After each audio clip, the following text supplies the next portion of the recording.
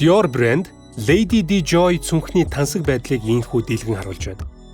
Даяна Гүнжүүлэн бусад олон алдартнуудын барьж байсан хадагтай Dior-ын Lady Dior цүнхний загварыг шинчлэн дахин танилцуулж байгаа юм. Брендийн тайлбарлаж байгаагаар загварын бэлэг тэмдэг болсон энэ цүнхний архитектурын шугам нь хамгийн гол онцлог бөгөөд Dior-ын Итали дахь чадварлаг гар урлаачдын ажлын үр дүн юм.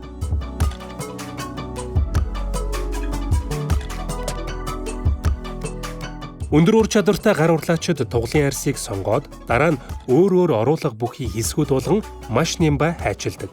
Тэдгэрийг модон хэвэнд оруулан угсархаас өмнө Diamond Canage график хээгэр чимэглэж цүнхний хэмжээнд тохируулна.